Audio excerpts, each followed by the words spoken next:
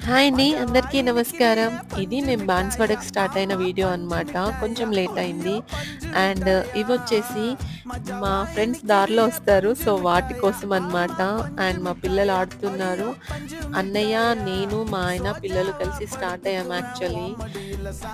ఇప్పుడు మీకు అర్థమైపోయి ఉంటుంది కదా! మా ఫ్రెండ్స్ ఎవరో.